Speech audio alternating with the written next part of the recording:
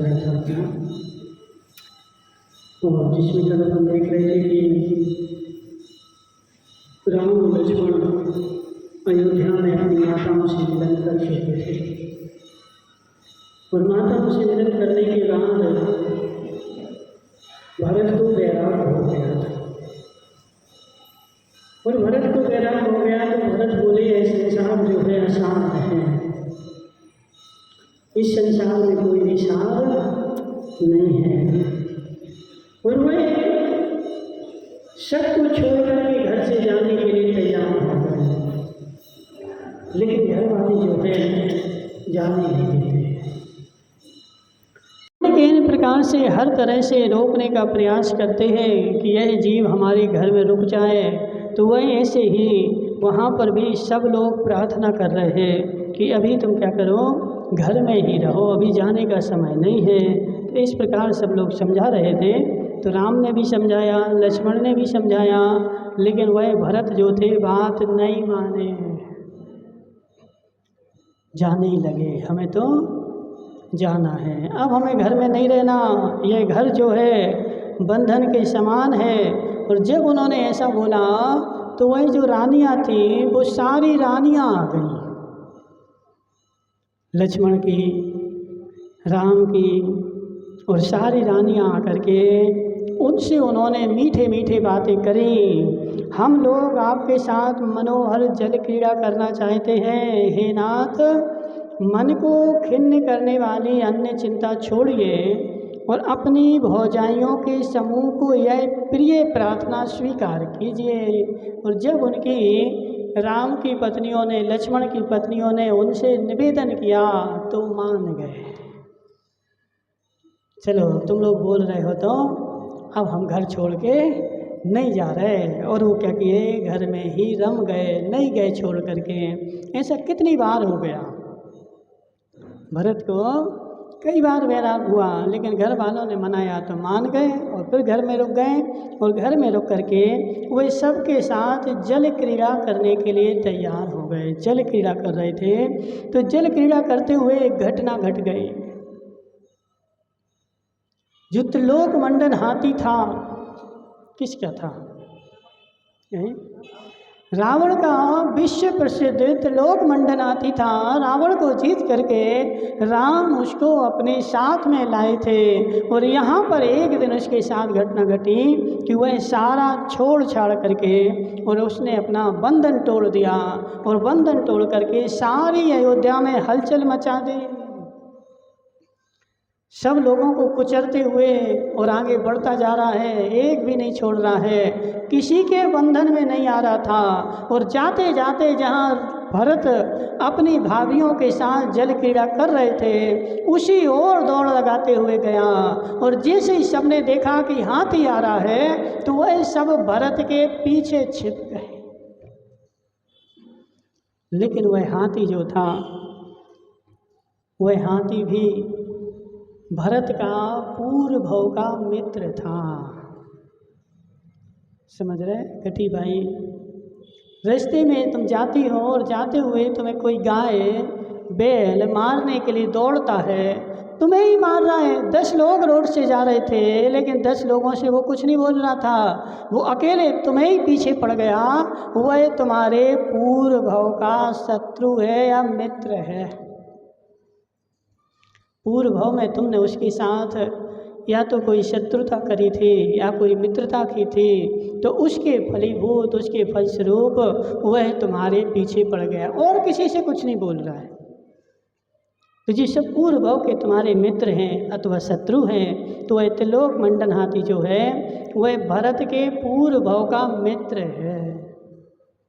दोनों साथ साथ थे, और दोनों साथ साथ करके एक ने मायाचारी करी तो हाथी बन गया। और यहाँ पर वह बंधन तोड़ करके भगा और 10 दिशाएं बिखर गई, फैल गई। जिसके महाशिखर स्वर्ण और रत्न के थे, ऐसे पर्वत के समान विशाल गोपुरों को तोड़कर वह त्रिलोक मंडन हाथी जिस ओर भरत विद्यमान थे उसी ओर जाकर के पहुँच गया। और जैसे ही वहाँ पहुँचा तो भरत को देख करके शांत हो गया।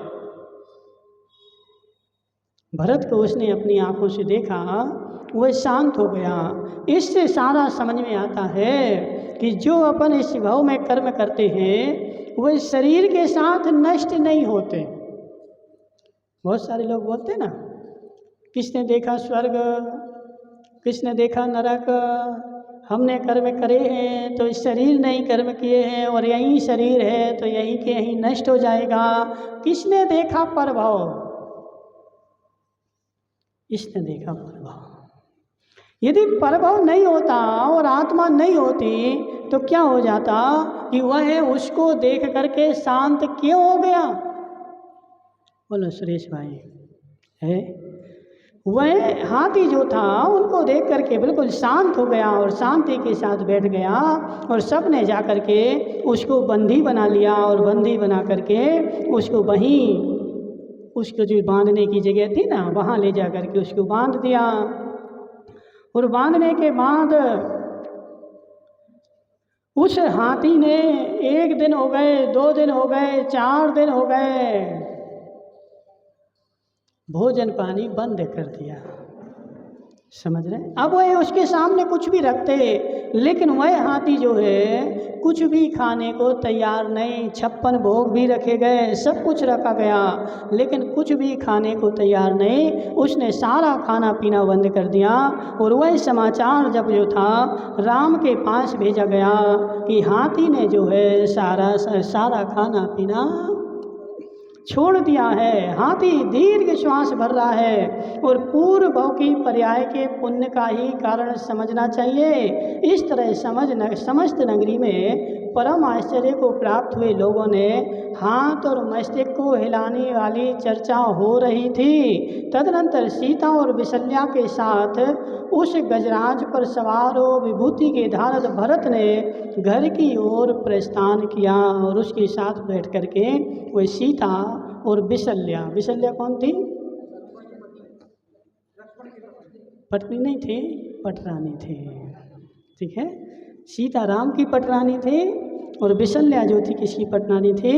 वह सीता की पटरानी थी, लक्ष्मण की पटरानी थी। ठीक है, तो वही जो था 4 दिन हो गए जिस समय से वह क्षोभ को प्राप्त हुआ है उसी समय से लेकर वह ध्यान में आरूढ़ है। वह आंख बंद कर अत्यंत बेबल होता हुआ बड़ी लंबी सांस भरता है और चिरकाल तक कुछ ध्यान करता हुआ सूंड से पृथ्वी को ताड़ित करता रहता है, अर्थात पृथ्वी पर सूंड पटकता है। उसके जो रखवाले थे हाथी के वह राम लक्ष्मण से जाकर के बोल रहे कि जिस दिन से वह बेचैन हुआ है उस दिन से उसने खाना पीना छोड़ दिया है, एक जगह शांति से बैठा है, यह उसको बैराग हो गया। माताओं, क्या पूर्व भाव का संस्कार है, इसीलिए पूर्व भाव में तुमने इस भाव में धर्म किया और इस भाव का किया हुआ धर्म तुम्हारा इस भाव में नहीं भी काम आए और तुम मरण को भी प्राप्त हो जाओ और इस भाव के संस्कार अगले भाव में भी चले जाते हैं और उस भाव में जाति स्मरण से तुम्हें सम्यक दर्शन प्राप्त हो जाए, वैराग्य हो जाए। बसंती लाल जी, इसलिए देखो इस भाव का किया हुआ हमारा बेकार नहीं जाता। तुम सोचो कि इस भाव में हमने ऐसा किया और हमें कुछ भी नहीं मिला, हे जीव तुम्हारा बेकार नहीं गया, वह तुम्हारी आत्मा के ऊपर उसके संस्कार पड़ गए हैं और कालांतर में ना जाने कौन से भाव में जाकर के वह संस्कार तुम्हारे काम में आ जाए। वर्तमान में भी हम लोग देखते हैं एक अंधेश्वर में कुत्ता है, पता तुम लोगों को? कोई भी महाराज अंधेश्वर जाते हैं और वहाँ से विहार करते हैं, वह कुत्ता उनके साथ साथ चलता है और उस भवन में भी जब रहते हैं तो वो पाटे के बगल में आके बैठा रहता, दिन भर बैठा रहता। और यदि कोई दूसरा कुत्ता आता है तो उसके ऊपर झपट पड़ता है, उसको भगाता है और वो शांति से बैठता है। कौन है जी? कौन है जी? पूर्व भाव का धर्मात्मा है। पूर्व भाव में उस जीव ने धर्म किया था लेकिन धर्म करते हुए भी मायाचारी नहीं छोड़ी थी। हे जीव, जितना जितना धर्म किया था उतना उतना पुण्य का बंध हुआ है, और जितनी जितनी मायाचारी करी थी उतना उतना पाप का बंध हुआ है। धर्म के प्रभाव से उसको धर्म का क्षेत्र मिल गया।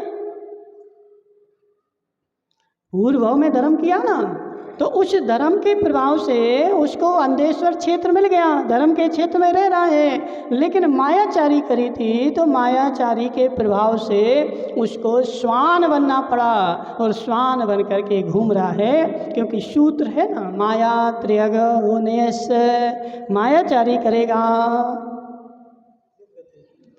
त्रियंच गति का बंध होगा। अब किसी भी निमित्त से मायाचारी करो, मंदिर के निमित्त से मायाचारी करो या घर के निमित्त से मायाचारी करो, तुम्हारे लिए यदि मायाचारी करते समय यदि आयु का बंध हो गया, ताराबाई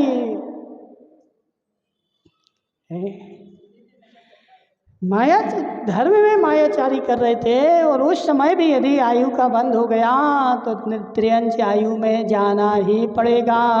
भले तुमने धर्म किया, बोले महाराज मैंने धर्म किया, उसका क्या होगा? जो किया है वो तो मिलेगा। पुरुषार्थ सिद्धि उपाय में आया था ना, भवती कर्ता चा भोक्ता भोक्ता चा, जो करता है वो भोगता है, जो करता है वो भोगता है। तो तुमने धर्म किया है, महाराज मैंने जीवन भर धर्म किया, तो जब जीवन भर धर्म किया है तो उसका तो फल मिलेगा। अब जो तुम्हारे पास पुण्य है, आज बहुत सारे शहरों में हम देख करके आते हैं, जो कुत्ता है वो एसी में बैठता है, समझ रहे हैं? कुत्ता जो है उसके लिए खाने का अलग से बिस्किट आते हैं, उसके खाने के अलग से पैकेट आते हैं, उसके लिए एसी अलग से एक कमरे में लगा है, उसमें बैठता है। और जब घूमने जाता है तो 25 लाख की कार में जाता है, पैदल नहीं जाता है। उसके कुत्ते के लिए देखो, माता पिता भले बेचारा डोकरा घूमता रहे, उसकी कोई फिक्र नहीं, लेकिन कुत्ते के लिए संभालने के लिए एक अलग से नौकर लगा है। वो एक कुत्ते को नौकर जो है सुबह शाम घूमने ले जाता है, बढ़िया लक्ष्य सावन लगा करके नहलाता है, उसको तेल लगाता है, उसके ऊपर पाउडर लगाता है, उसकी सेवा करने के लिए एक नौकर लगा है। और घर का पिता जो है वो बेचारा ऐसे अकेले घूम रहा है। डोकरों की ऐसी गति होती है। क्यों घूम रहा है डोकरा ऐसा? बोलो। सैलू की बुआ है, किसने? डोकरे ने। हे जीव, भाई डोकरा तो सारे जीवन भर मर गया, एक एक रुपया जोड़ जोड़ करके और अपने बेटे को पढ़ा लिखा करके उसको बड़ा अफसर बना करके, एक एक रुपया जोड़ करके बेटे को अफसर बनाया। कौन सा पाप किया? हे जीव, एक एक रुपया तूने जोड़ा है, मायाचारी करी, यही तो तूने पाप किया है। ना खाया है, ना दान किया है, एक एक रुपया जोड़ करके और अपने बेटे को जीवन भर पढ़ाते रहे, और पढ़ करके वो तो बड़ा आदमी बन गया, और इसके पाप कर्म का उदय चल रहा था, इसलिए बेटा भी इसकी कोई सहायता नहीं कर रहा है, पड़ा है डोकरा। और उसी घर में एक श्वान रहता है, वह श्वान जो है अच्छी बढ़िया 25 लाख की गाड़ी में घूमता है और लक्ष्य साबुन से नहाता है। एक आदमी उसके लिए लगा हुआ है, वह पूर्व भाव का पुण्यात्मा है, पूर्व भाव में पुण्य किया था, वह पुण्य इस भाव में उदय में आ रहा है। लेकिन मायाचारी करी थी, और मायाचारी के समय त्रियंच आयु का बंध हो गया था, इसलिए श्वान बनना पड़ा। लेकिन फिर भी घबराना नहीं, भले त्रियंच आयु का बंध हो गया, लेकिन वह धर्म के संस्कार फिर भी काम में आएंगे। बसंती लाल जी, उस धर्म के संस्कार यदि कालांतर में जाति स्मरण हो जाए और जाति स्मरण हो करके वह तुम्हारे काम में आ सकते हैं। तो यहाँ वह हाथी जो था वह पूर्व भाव का जाति स्मरण हो गया और उसने अपनी सूंड पटकना शुरू कर दिया, लेकिन अब भोजन नहीं कर रहा है। और क्या बोल रहा है, यद्यपि उसकी निरंतर सैकड़ों प्रिय स्त्रोतों से स्तुति की जाती है, ये तथापि वह न ग्रास ग्रहण करता है और न कानों से शब्द ही करता है, अर्थात कुछ भी सुनता नहीं है। वह नेत्र बंद कर दांतों के अग्रभाग पर सूंड रखे हुए निश्चल खड़ा है, शांति से, ना किसी को मार रहा है और ना किसी को बाधा दे रहा है, शांति से खड़ा हुआ है, मानो चिरकाल तक स्थिर रहने वाला हाथी का चित्राम ही हो। क्या यह बनावटी हाथी है अथवा सचमुच का गजराज है, इस तरह उसके विषय में लोगों को तर्क उत्पन्न होता है। यानी ऐसा बिल्कुल शांति से खड़ा है कि देखने वालों को ऐसा लगता है यह चित्र का हाथी है, सूंड हाथ पे रखे हैं और शांति से खड़ा है, कुछ भी खा पी नहीं रहा है।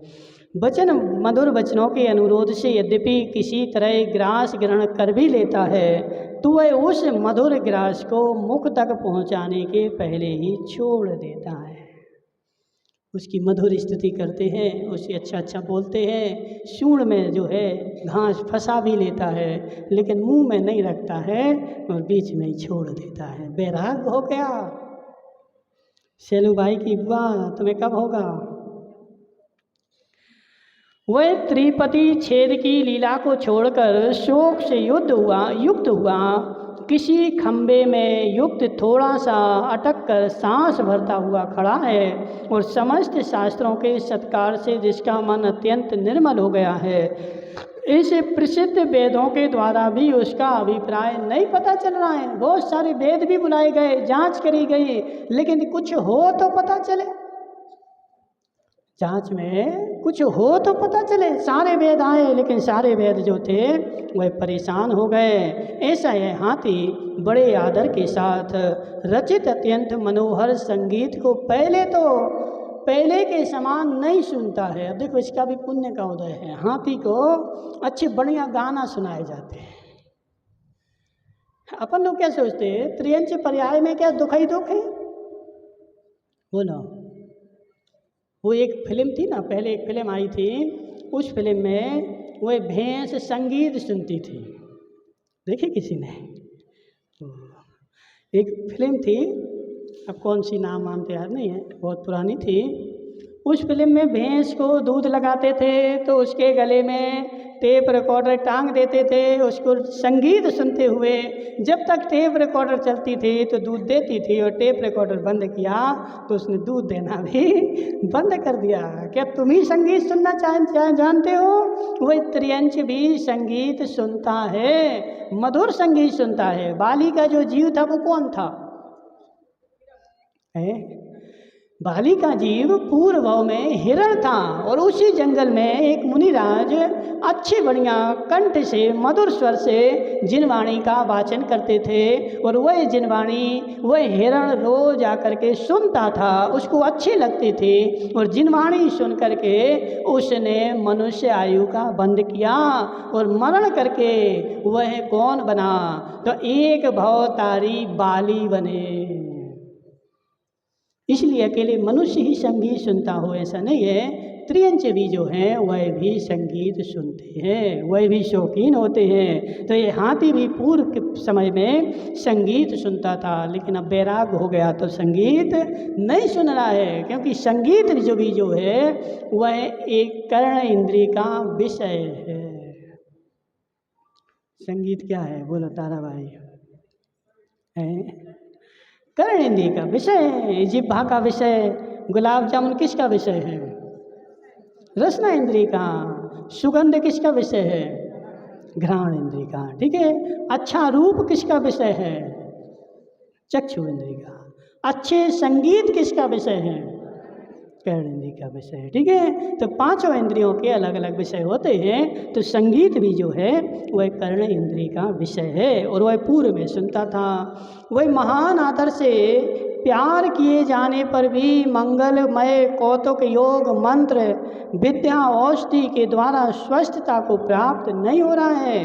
वह मान को प्राप्त हुए मित्रों के समान याचित होने पर भी विहार में, न निद्रा में, न ग्रास उठाने में और न जल में इच्छा ग्रहण करता है। वह तो जो है एक जगह बैठा है, कुछ भी उससे कहते हैं लेकिन वह कुछ भी उत्तर नहीं देता है। हे देव, यह त्रिलोक मंडन ऐसा ही आती है। हे देव, इस प्रकार जानकर अब जो कुछ करना हो सो इस विषय में आप ही प्रमाण कीजिए। जो हाथी के रक्षक थे, पालने वाले थे, उन सब ने जाकर के राम लक्ष्मण से यह समाचार सुनाया है कि वह जो है अब कुछ भी नहीं कर रहा है, ना खा रहा है, ना पी रहा है, ना संगीत सुन रहा है, ना उठ रहा है, कुछ भी नहीं कर रहा है, शांति से खड़ा हुआ है। अब क्या करना है तो तुम ही बता दो। जो कुछ आप जाने सो करें, हम लोग तो परेशान हो गए। इस प्रकार गजराज की पूर्व चेष्टाओं से अत्यंत विचलित पूर्वोक्त चेष्टा को सुनकर राम लक्ष्मण राजा क्षण भर में अत्यधिक चिंतित हो उठे। और यह हाथी बंधन के स्थान से किस लिए बाहर निकला था और किस कारण शांति को प्राप्त हो गया और किस कारण आहार को स्वीकार नहीं करता है। इस प्रकार राम रूपी सूर्य अनेक प्रकार के वितर्क करते हुए उदित हुए। अब राम जो थे ये सब कुछ सुन करके चिंता कर रहे हैं कि जी बंधन के तोड़ने का कारण क्या था, उपद्रव मचाया तो क्यों मचाया, और भरत को देख करके क्यों शांत हो गया, और अब यह भोजन ग्रहण क्यों नहीं कर रहा है। इन सब बातों का जानना है। ठीक है, तो अब कैसे जानेंगे बताओ, कौन बताएगा? हाँ, कौन बताएगा? अब देखो, वर्तमान काल में तो अपन को कुछ जानना हो तो अपने पास उपाय नहीं है, लेकिन चतुर्थ काल में अवधि ज्ञानी, केवल ज्ञानी, मन पर्य ज्ञानी और बड़े बड़े ज्योतिषी बैठे रहते थे। उनके पास जाओ तो सारी शंकाओं का समाधान पाओ। लेकिन वर्तमान में कुछ भी हमारे पास नहीं है, ना तो ज्योतिष है और ना अवधि ज्ञान है, ना मन पर्य ज्ञान है, ना केवल ज्ञान है। उस समय सब कुछ था, लेकिन ये सब भी उनके पुण्य के उदय से था, और अपने पास नहीं है तो अपने पाप के उदय से नहीं है। अथानंतर गौतम स्वामी कहते हैं कि हे शरणक, इसी बीच में अनेक मुनियों के साथ देशभूषण और कुलभूषण केवली अयोध्या में पधारे। केवली भगवान आ गए साक्षात। कौन से? कुलभूषण, देशभूषण दोनों मुनिराज जो थे उनको केवल ज्ञान हुआ था। किसके निमित्त से? तो राम के निमित्त से।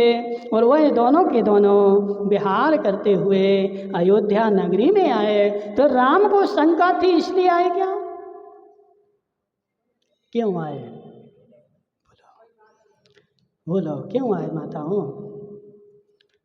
देशभूषण, कुलभूषण दोनों केवली भगवान अयोध्या में क्यों आए? उनको निमंत्रण देने गए होंगे ना, चलो हमारे घर पे।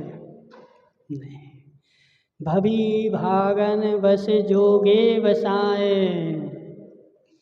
जहाँ जहाँ भव्यों का पुण्य होता है वहाँ वहाँ केवली भगवान श्रोता ही चले जाते हैं, ना किसी के बुलाने से आते हैं और ना किसी के भगाने से भगते हैं। उन राम लक्ष्मण का पुण्य था, उनको शंका हुई, और जैसे ही उनको शंका हुई तो वह दोनों के दोनों केवली अयोध्या नगरी में आ गए। और वे कुलभूषण, देशभूषण जिन्हें वंश स्थल पर्वत पर चतुरानन प्रतिमा योग को प्राप्त होने पर उनके पूर्व भव के बैरी ने उपसर्ग किया था, और राम लक्ष्मण द्वारा सेवा किए जाने पर जिन्हें लोकालोक को प्रकाशित करने वाला केवल ज्ञान उत्पन्न हुआ था, तदनंतर संतोष को प्राप्त हुए गरुड़ेंद्र ने भक्ति और स्नेह से युक्त हो राम लक्ष्मण के लिए नाना प्रकार के अस्त्र और वाहन प्रदान किए थे। इनको केवल ज्ञान के निमित्त कौन था? तो राम लक्ष्मण के निमित्त से ही केवल ज्ञान हुआ था। और केवल ज्ञान कैसे हुआ था? है जीता जो है ना, ये कौन है बताओ? कुलभूषण, देशभूषण उपसर्ग केवली है। इन्होंने दोनों मुनिराज पर्वत के ऊपर विराजमान थे और हजारों बिच्छू इनके शरीर से लिपटे थे, हजारों सांप इनके शरीर पर लिपटे थे, हजारों बेताल भूत डाकनी शाकनी सब वहाँ पर नाच रहे थे। इतना इनके ऊपर घोर उपसर्ग हुआ था और शांति से सहन कर रहे थे। तो राम लक्ष्मण जैसे ही वहाँ गए, उन्होंने अपना धनुष उठाया तो ये भूत समझ गए कि ये जो है बलदेव और नारायण आए हैं, और उन्होंने वो सब के सब भग गए। और जैसे ही वो भगे तो उनको केवल ज्ञान हो गया। यह नियम है, उपसर्ग के समय केवल ज्ञान नहीं होता है। केवल ज्ञान कब होता है? जब उपसर्ग का निवारण होता है तो केवल ज्ञान होता है। तो उनको केवल ज्ञान हो गया था और वह दोनों के दोनों जो हैं अयोध्या नगरी में आए हैं। अब आकर के क्या होगा तो वह उनके भाव पूछेंगे, उनके भाव बताएंगे कि कहाँ थे, क्या कर रहे थे, क्यों ये भागा और क्यों शांत हो गया, सबका सब वर्णन आएगा। लेकिन कल ओम नमः सिद्धिभ्याम्।